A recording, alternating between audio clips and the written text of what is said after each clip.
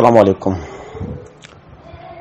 بسم الله الرحمن الرحيم. الحمد لله رب العالمين، والصلاة والسلام على سيدنا محمد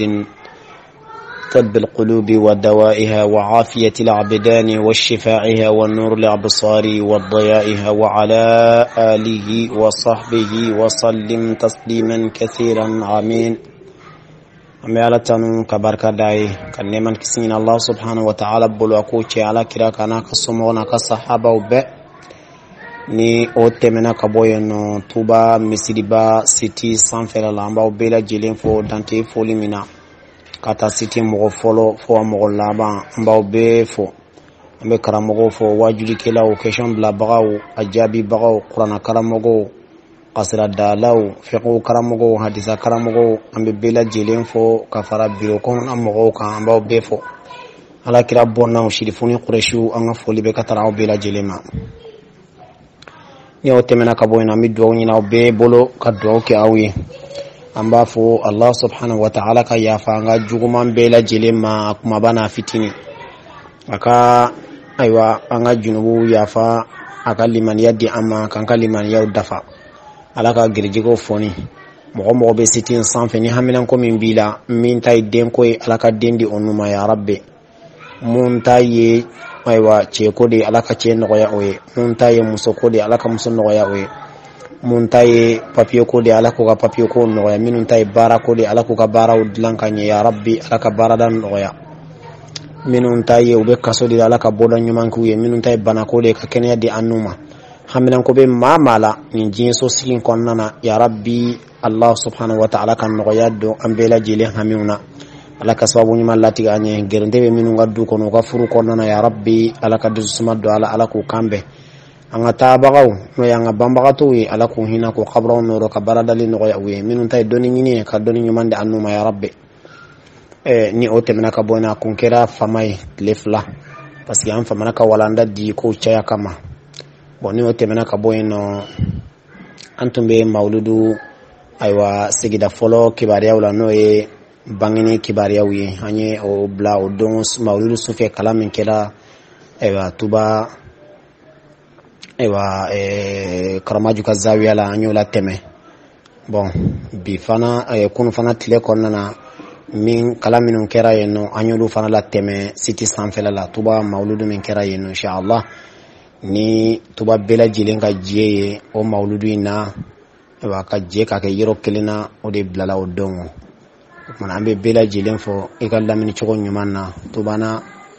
aywa atengu dugu be bela jilen jera ka ni bara yin sigi nyogon fa nya bela jilen ke nyogon fe ka ban hera la man ambe be fo ola bonni o temena ka boyo na mena do nga walanda konnana walanda mi fiqhu walanda o dongo ani salji fardaw de damine salji fardaw nyoro de damine akilla yaminu fala o aniyat ngani yasrili anyo fala anye terekeli fo ka tukutuku nyonali fo bobbi amina munde fo atakallum ala ghasl alwajh amina kuma nyeda koli de kampi amina damine odela ya rabbi Allah subhanahu wa ta'ala ka dina infam ya chugo nyumandi an kelen bela jelema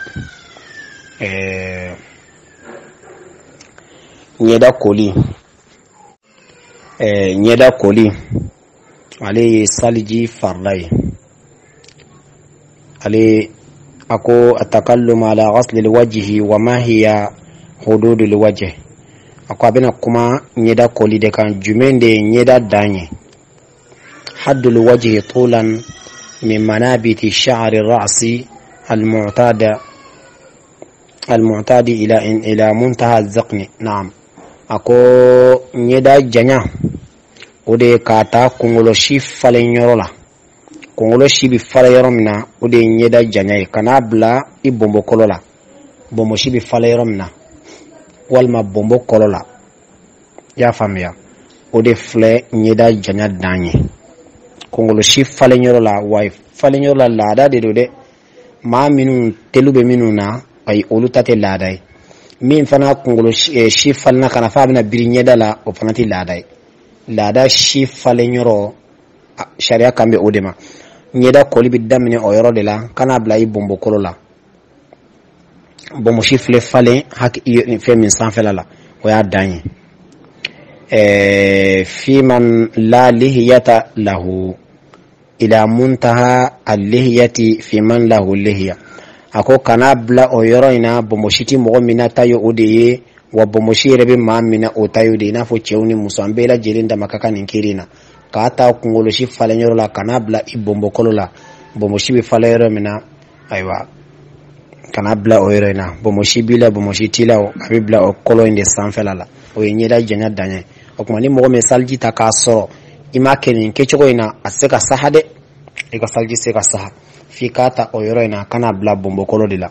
an bɛ ala deli ya rabbi Allah subhanahu wa ta'ala ka diinɛ in faamuya cogo ɲuman di an bɛɛ lajɛlen ma wa hadduhu ardan min watadi al-udhuni ila watadi al-ukhra ako a banamini yani an y'a janya de fɔ nin ye a banamini o ye k'a ta tulo kɛrɛ kelen na ka taa bila tulo fan dɔ in na i kinin tulo ni numanfɛ tulo olu fila ni ɲɔgɔn cɛ o fana y'a janya ye yani ɲɛda ti don tulo kɔfɛla la a bɛ da tulo dingɛ dayɛrɛ de la o tuma ni mɔgɔ min y'a ko k'a sɔrɔ koli ma se i tulo hakɛ yɔrɔ ma ayiwa fan fila bɛɛ lajɛlen na i ka saliji se ka sa parce que o kɔrɔ ye farida to yen ala k'an bɛ asaba ma o ye o fana hakɛ fala yadkhulu alwatdani fi alwajhi ako tulo fila tulo yɛrɛ jaati olu ti don koli kɔnɔna rɛ tulo fara fila ti don koli kɔnɔna na ɲɛda la rɛ ayi olu koli bɛ na mais o tɛ ɲɛda koli la wala bayadu allazi fawqahuma wa tulo sanfɛla la jɛya min fɔlɔ ye yen nɔ i tulo sanfɛla nin na o fana ti don koli la dɛ o fana ti ɲɛda la o bɛ jate kunkolo de la wala sha'ru sudayi a ko o cogo kelen dɔ fana i tamakala sanfɛla si min fɔlɔ yen nɔ o fana ti don a la wa yadkhulu fil wajhi al bayada a ko ninnu bɛ fɛn de bɛ don ɲɛda koli la jɛya min allazi tahatahuma min bɛ tulo fila dugumala la min bɛ tulo dugumala la ka jigin kɛnɛ min bɛ tulo dugumala la ka jigin o de bɛ jate a la mais tulo sanfɛla la ka n'a bila bombokolo yɔrɔ la olu ti jate a la olu ti jate ɲɛda la i y'a faamuya n'i ye ɲɛda ko tulo dugumala la jɛya min filɛ yen nɔ ka jigin bombokolo la o yɔrɔ bɛ ko bɛ fara ɲɛda kan mais tulo sanfɛla fanfɛla fɛ ayi olu bɛ jate kunkolo de la olu ti jate ale la faya usulu watarata al-unf wa huwa al-hajib bayna as-suqbayn ako nun juru yani muso filɛ min sogo ka sanu k'a la walima ka fɛn wɛrɛ k'a la u b'a fɔ ma ko nun juru n b'a fɔ ma ko warat yani nun wo fila ni ɲɔgɔn cɛ fɛn min filɛ yen nɔ n'a bɛ nun wo fila ni ɲɔgɔn cɛ olu fana bɛ jate a la o kɛnɛma la kɛnɛ jɛni min filɛ yen nɔ o fana bɛ jate ɲɛda la ka fara dabulu sanfɛla bɛɛ lajɛlen kan olu bɛ jate a la wa asarir aljabhati ani tenda fana ka ɲugu asariru de ɲugu minnu bɛ tenda la wahiya atakamishuha yani ɲugu min bɛ tenda sanfɛ ni ɲɛ kɔrɔta ka taa sanfɛ dɔrɔn ten bɛ ɲugu min kɛ o kumana i b'i janto yɔrɔ bɛɛ lajɛlen na ka jigɛ ka bɛɛ lajɛlen sɛgɛsɛgɛ k'o bɔ ɲɔgɔn na wa ma ghara min jafuni ani fɛn minnu dɔgɔra kabini ɲɛ kɔngɔn kɔnɔna na ɲɛ dɛngɛ yɛrɛ kɔnɔna na i b'i bolo don a bɛɛ lajɛlen nɔfɛ ka a tereke ka ɲɛ aw juruhin walima ni jogini dɔ b'i la aw atharin walima ni nɔ dɔ b'i la kabini sumunu na walima jogini na aw athari juruhin yani walima jogini nɔ dɔ b'i la a kɛra dingɛ i la a bɛ ɲɛda de la a bɛ saliji ta yɔrɔ la i b'a dɔn a kɛra dingɛ ka don kɔnɔna na o kumana i b'i bolo don olu bɛɛ lajɛlen nɔfɛ k'u bɛɛ lajɛlen tereke k'u jɛ ya rabbi Allah subhanahu wa ta'ala ka diinɛ in faamuya cogo ɲuman di an ma o kumana an bɛna kuma ayiwa telu bɛ maa min na ani min fana olu ka si falen dɔ kana bila fo u ɲɛda sanfɛla la an bɛna kuma olu fana ta kan bon mɔgɔ min ma huwa hukumu al-asla'i wal-agham asla'u de ye maa min telu bɛ maa min na i b'a sɔrɔ kunkolo si bɛ taa falen ko fo kunkolo cɛmancɛ la o ye telutigiw ye al-agham minnu fana kunkolo si cayara fo kunkolo si bɛ bɔ o bɛ sɔrɔ farajiw de la arabu walima fula walima ayiwa an ka tamasɛki ninnu wala mami ni ala iso kungolo shi bi falen ka bon fana fo tenda fo ka jigi nyeda kan kaba abe muso de la ka caya kuma olu fana ka kire jumenye la yajib ala al-asla an yantaha fi ghaslihi ila manabit sha'rihi bal yaqifu fil ghasli inda haddi al-mu'tad alladhi yabitu fi sha'r ako ate wajibiya aywa telutigi kan ale ka fo kwa be danin ke kungolo falen yoro doron la ale bina ta hake de la aywa minye lada hake ni shibi fale o yoro lada la koni aywa mo min fana kungolo shibi falen ka bunka jigin ale fana abe wajibiya ale ka aka kungolo shimi mbonendo ka jigi dugumala kana birinya daka ni shima fale lada yoro hake ka kuma ko yoro be ko ka faraka ya famiya allazi nanzala ala manabiti sha'r al-mu'tad min jigina ka teme aywa lada hake ka ko lu bela jilen ko ka faranya daka kuma ni nyedaka kibariya no wale insha Allah amena don hal yukhallilu sha'r al-wajh ako yali nyeda shi ubo fana chebowa in kana al-jildu yadhharu min tahtihi akona soro ko farsogo biye adugmalala fa in kana sha'ru khafifa nasru shika fegen yani shimancha wajaba takhliluhu akuma chebuli bi wajibi ade wa takhlilu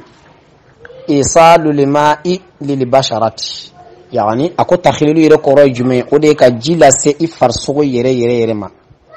fi tadalluki ikaterekelila wa illam yadhharu aljilda min tahtihi akonga ni ayasor ko farsogo ni far ni igoloti ye adugmalala fa in kana sha'ru kathifa nasr ko shika chansa lam yajibu takhlilu kuma kwa cheboliti ke wajibi ikande wa wajaba taharruku sha'ri kuma na oyoroina ibishi de la magalla magadoro li yadkhul al ma' baina zahirihi yani mun kama jina sekadon ni nyonche kwa wa illam yasil al-bashar hal nijima se farso gairema basiti ulani sika chankoni takallum ala ghasl al-yadayn wa ma huwa hukm at-takhlil al-asabi wa an-nazi' al-khatami amena kuma min kasan oye bolo koli tege koli kana blan nongon kurula ani bolo ngonu kibariya ani bolo la nege be mami bolo la fana kibariya ibi saljila bolo nege bi tegela يجب غسل اليدين إلى المرفقين بإدخالهما في الغسل أكو أبي واجب يسالجي تاباكا ني يسالجي فردا دودي كبولو كلاكو كنابلا نونغون كورلا كي كاتا إبولو كانا كنابلا نونغون كورلا نو يبولو كلاي إكوكو ويفردا دي يسالجي نيماكو أتي سحا wannongon kuru yere flaka dokoli la o wajibi ka faraka anga madhhabina ma wujubi takhlil al-asabi o de chogo keleno fana kabi wajibi ka bolongunu fana chebo nibiki boloko iki bolongunu fana chebo wa muahadati at-takamishul anmil ako o chogo keleno fana la dala ibolongunu bi nyugunyuguni minke iku bela jelen tereke ya famia wa ghayruha ani otana farsogo be nyugu yoro yorla iki nyugu imbela jelen dla salgi tato wa yajibu taharruku al-khatami al-ma'zun fihi shar'an walau kana aywa mudayyiqan la yadkhulu al-ma'a tahta sawa'un kana li rajulin aw mar'a ako abe wajibi ya moka bolan nege bi mami integala ni be salgi tala akasro bolan nege bi tigela sharia yi hakeke bolan nege mina yani sharia yi bolan nege min daga ikado itegela no bi tegela ikalla magalla tento hal ni ma boy tigela ka saljita ifse ka alla magalla ako hali ni ayasro ko sherel no itegela ni jitu do aduk malala adama ka kai kera ceyede wal may kera musoye me a sharti kon ya soro sharia daga yi bo dob se kan ni ngal ke sesan ko kuma na ko yal sharia bolan nege hake jumen daga moy sharia ya daga ce bolan nege warje dirhamu flah o ka soro bela jilen tugule men nyona kanake ni dirham kele ni fana dirham gele ka bolan nege den fly ka do itegela o kote de bollan nege den kele aka soro dirham fuladi do sharia yi o daga ce ka oddo ategela bolongunina i bolongunina sharia o daga iye akana teme dirham fulaka wa kana tlantla ke fulafana na temena okan sharia ma jinai kuma te kase barasole kon maw wa oere fana warje de sanun tede sanun ta fanshila kuma nyo kiru foka teme aka soro aminente ni sanu yere minente na ye sanu doni ani sanu doni de nyogona kuma te kage sanu gere gere ma na ke ro fenfe abi haram ya wal man na cera dirham fulay do abi haram ya ce ko ke masire ka do ayere la barasole ka ce ka do tigela haram ya lendo ani bolla nege min temena karamu fula ka fana haram ya no chogo yayna mais mo chama be no uluta kiri don mo chama be no uluta kiri don o ba fo chogo do ulu bulo ko ni bolla nege bi tigela ki ka salte mine ay o ma fo mo yede an wa mazabi ko no ka kuma toy ni bolla nege bi tigela baraso de bi tigela hal ni samde don iga sali anoti nyogon salala iga sali be mine sali cheni shartu fola ninti olula parce que sofe minya ali a harameli no mo kay kaddo mais sofente ka foka bi far ko la ki ka salte mine nay ale kiri min balila a harameli ndo ika iman kan kaddo ngai ni yaddo ka sali ika ala soso mi ala ki kanado yaddo ni minke walma kira ki kanado yaddo ni minke o harameli junubo bi kana amma sali kon fanfela fe ayi ika sali kan fo ti ka salla mais ka jurumu kon be ibolo afore kanado yaddo jurumu bi la mi ate ka sali tiende ango fo be ko tige bolla nege o barasole fla fenfe do tige la o chogo yanu na che afora fenfe harameli ndo ika ko bela jiringa kiri nindi ni ado itige la tika sali chin nga abika sali chin yoro minye masalan ni sharia ma je ka do itige la ala ya kebe saljita la ikanga bode sisa e ma songa bo ye saljita jidu ma juma la soro o kuma na seka mine de iga sal seka mine parce que jimi i farkolo fando so menas ko sharia jenana ika do itige la o kuma na ni ji mahala soro walma ye ya munumuni itige la o dama bi wasake nasro ko sharia jena ka do itige la kon ala kambe sabama bon ye chewta fanfele amal mara musolu nun koni masirio masiri ni sharia ya daga muso ye ka do ko masiri de do ya famia bolla nege nu na nyogona wula hal nasra sherle ba tigela na ya lama ga tigela yakfi abi wasa ko mina fo cheta sharia jena choko mina abi wasa choko mina bo sanu daga nu muso ya ka da tigela ka do masirla na ya jakata kungolo shila katabla fa asiengo na ka bela jilen ke sanuye o choko ya kele no fana masiro masiri ni musob se ka do ayerla adagalen no sharia la ka do ayerla sanu wal maharifini wal madowere ya rabbi ambi ala dili allah subhanahu wa ta'ala ka dina infam ya choko nyimandi an kelen bela jelemma bo si sanu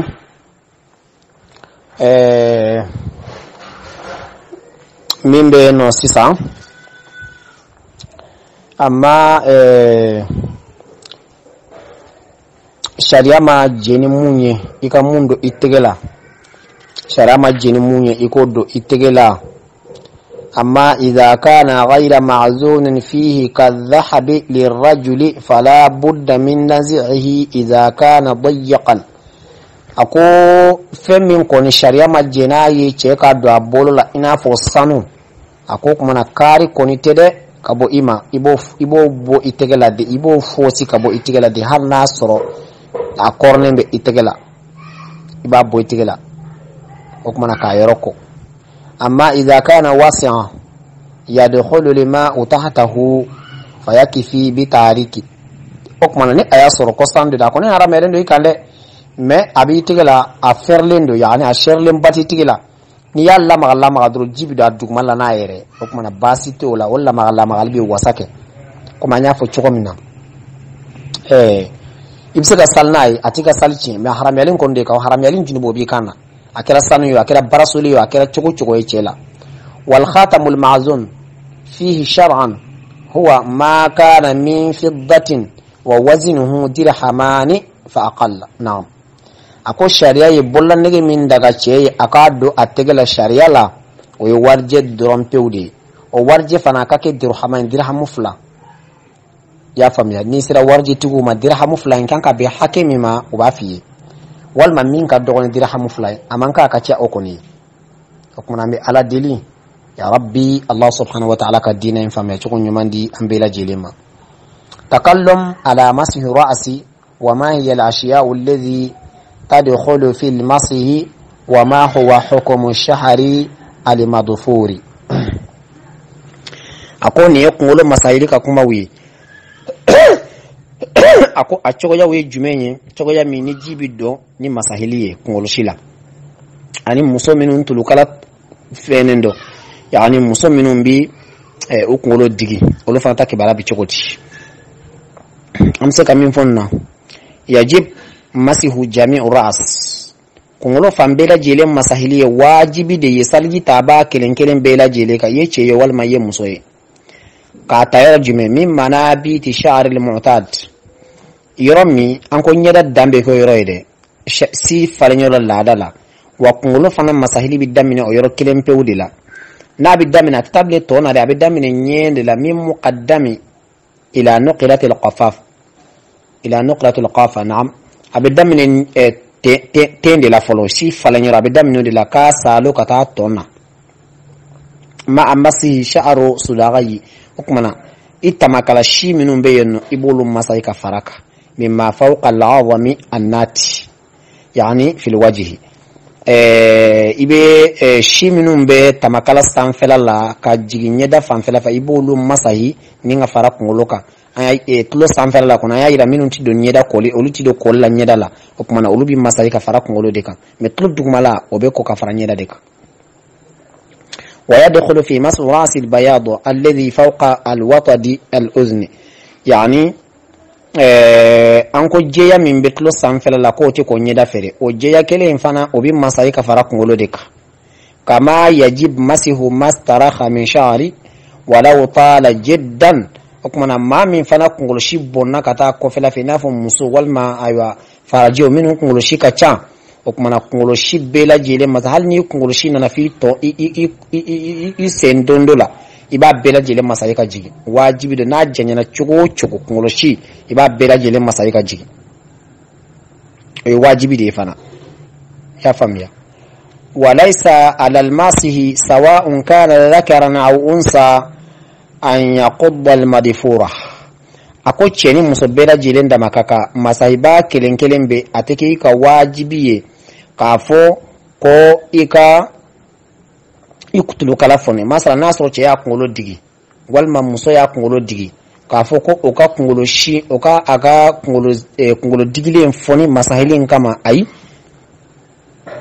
okmana dobse kanyini ngalse ko ko cheba kungolo digi wa shebse ka kungolo digi chebse ka kungolo digi na mana ka chogo yesa la degeli konde do ni muso ya anga fanfela nununa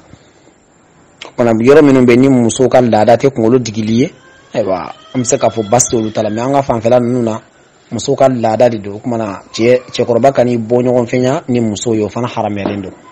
bon ni kungolo digilendo ka fo ibi kungolo masahi muso wal mache ka kungolo digiliyen foni kungolo masahi kama ay otenyi ni bolo iba masahi doro asanfela la bela jelenda makaka wala wishtadda ad-dafar ako halni aya soro ko kungolo digili ya digi ka gernde nyogona ka digi ka shere ko sobe halna kera tende aywa wajibi tika kafika wuli illa iza kana bi khuyutin kathiratin fayuqaddu wa yughfar al-khaydan yani akoni aya soro ikembe ka kungolo digini garude ka gari chaman de kala ako nasoro kungolo digilendo ni gari de masra gar de ke ka sirisiri walma finingolo de kera ka sirisiri olu silla ka ja jiti do akorlala okmana jitna kungolo shire soro okama okmana be fonde ya famya wa yughfar al-khaytani okmana nasoro ko gari kele fladi do ya famya walma gari mancha kosobe sharabi ya foko ba masa sanfelala boni nyoro na kuma dobe no anse ka teme fankanda magala o jumenye o messi Messi ande laka kuma fo missiribah city sanfe yanno kateme Messi kuma ka chan kosobe don ba ko yere ni nyonche adona anya kuma fo nere hakilan be ne la kola nyinyire ka akilna di parce que ni don bawo e fongo nyonya ke feminuna ifana mana don bawo ka kuma wala me ku ka sebene ulaje ku kalan ku famia ipse ga hakilna taala feminye messier min flambolo ne no messier parce que sharia ndlana bitere sharia ndlana sam bakele ni ko mais do be no ambo qiyasu nyogona ya na ambu suma nyogoma kiru do be na ambu suma nyogoma mais o ka soro feminum se ka suma nyogoma ala kila ka waat alayhi salatu wassalam messi tunteno parce que don baga sisse ka foko messi tumbe ala kila ka waat la messi kunteno bon munde yato messi kuma wulla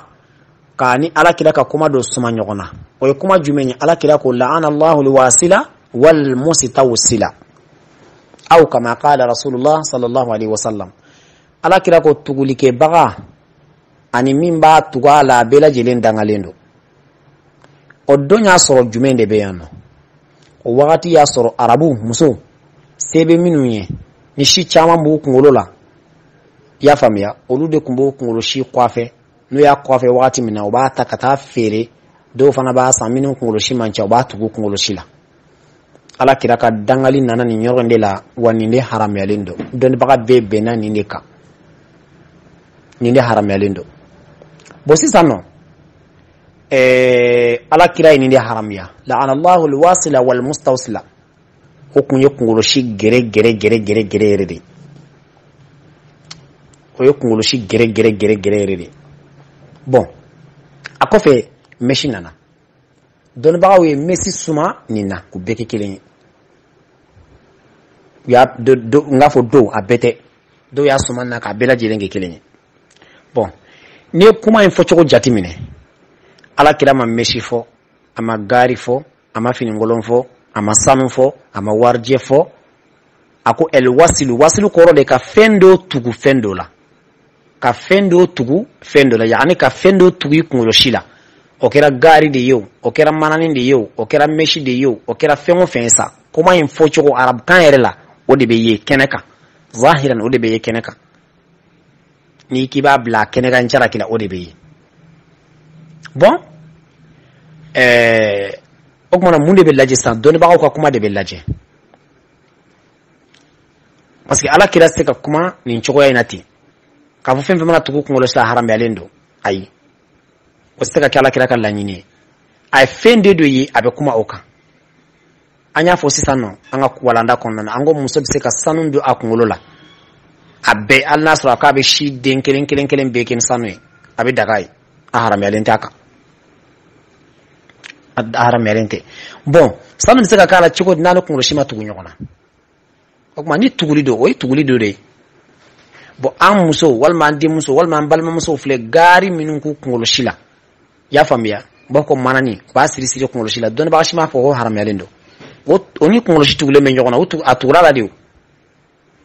ona nyokona chama har ni ya fo ko ala kera kuma la nyine ku tugule ko hal ni muso mana fini ngolo ni sira kungolo la abela jelen kilini parce que abe tuguli di okuma la nyini o de be nyini ala kera kuma la sisa okuma don ba ko di minu ga meshite odu ko de ko ala kera kun kambe o wakati la kungolo shi min tumbe arab muso bolo no boko kungolo ka la nyini o de ko me bi meshite bon do ya yira ko hali meshi nyere ko kungolo shi ba dola aw kuma flatola nasoro ko kungolo shi yere de do abi haram ya kuma flatola qat'an abi haram ya me nasoro ko kungolo shi de ko mana de do khilafu bala don ba no nyogonche okmana ne ya fo adona wonni be munka ko yeminu ba fo ko meshi haram ya lente ne borika ka sabu yake meshi mala kira ka wakatla anti se ka mesu qiyasu kungolo shila fenkelonte kasoro fengoro be no minu ni mesi kan qiyasu nyogona ambe ko luke kungolo la o gari nununye o manani nununye una nyogona minu be ke kungolo la muso kungolo la o lu ni mesi kan asuma nyogoma be mesi ni kungolo sima nga asuma nyogoma parce que fenkelonte okuma nambe ala dili femuna Allah subhanahu wa ta'ala ka dina infama chukun jumandi amma ala ka dina infama chukun jumandi amma okuma ni ayasoro meshi be mamin fana kungola walma gari bala una nyogona walma fini walma manani ko asirlendo ka gerente ala o kuna beke wajibi ika foni ka boy kungolo la iki kungolo masai ni jita so mena so dingere fla sabadi do ay basi tola ani gari beke kiri kile nyola aywa iba masaya sanfe ka teme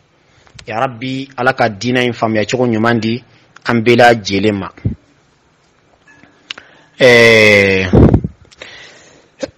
والمسح على هائل الهناء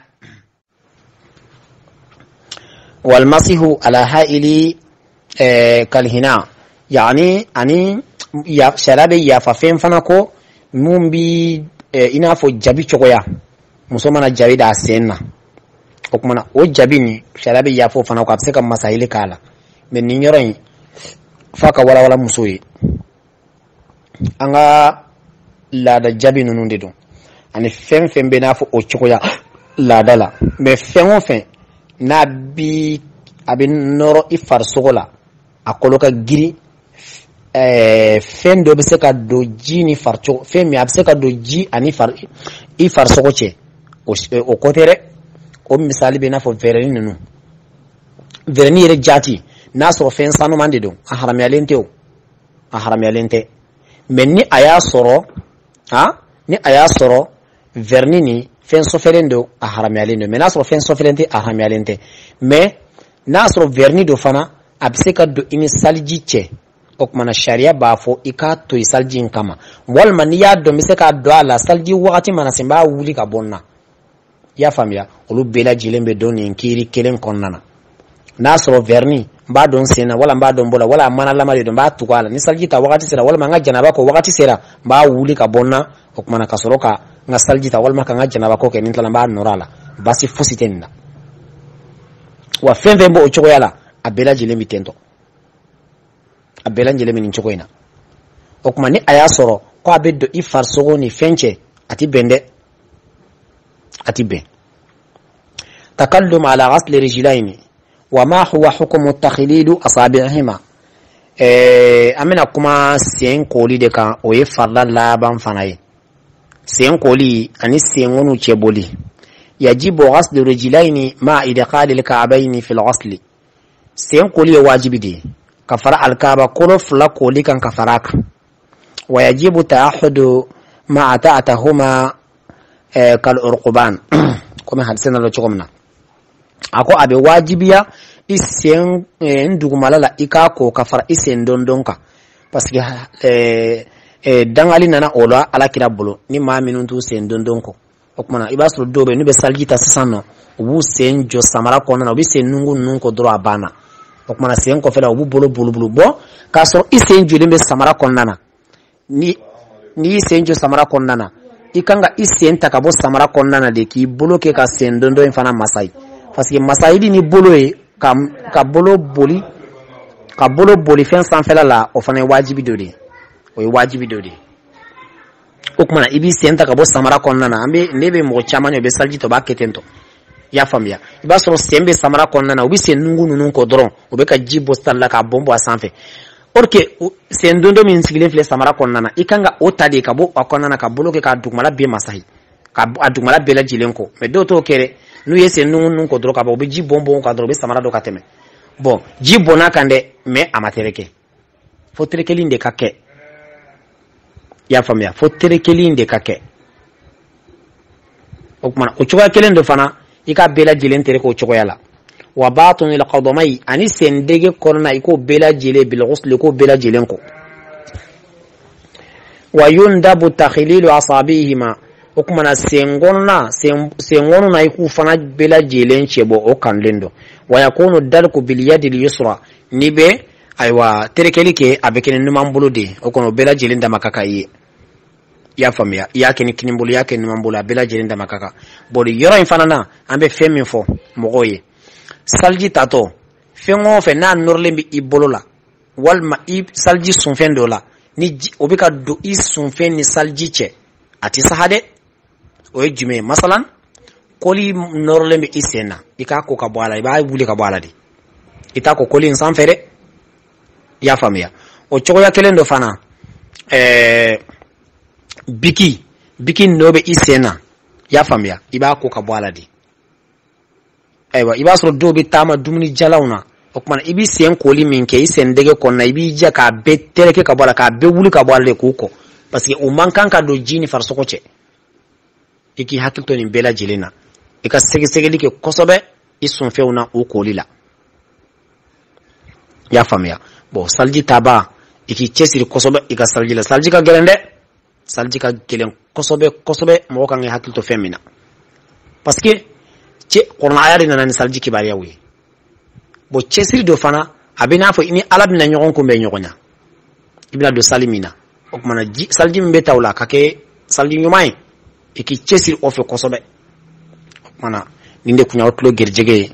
aywa fardaw ko ni hakila o bana yanno inshallah wala lan natawla amina damne salji suno fanana ya rabbi Allah subhanahu wa ta'ala ka dina infam ya chogo nyumande an kelen bela jilema tuba missiribah la men kila cheni musamba bela jilenfo ma fa Allahumma salli ala sayyidina Muhammad al-fatih lima ughliqa wal khatim lima sabaqa nasir al-haqq bil haqq wal hadi ila siratika al-mustaqim wa ala alihi haqqa qadrihi wa miqdarihi al-azim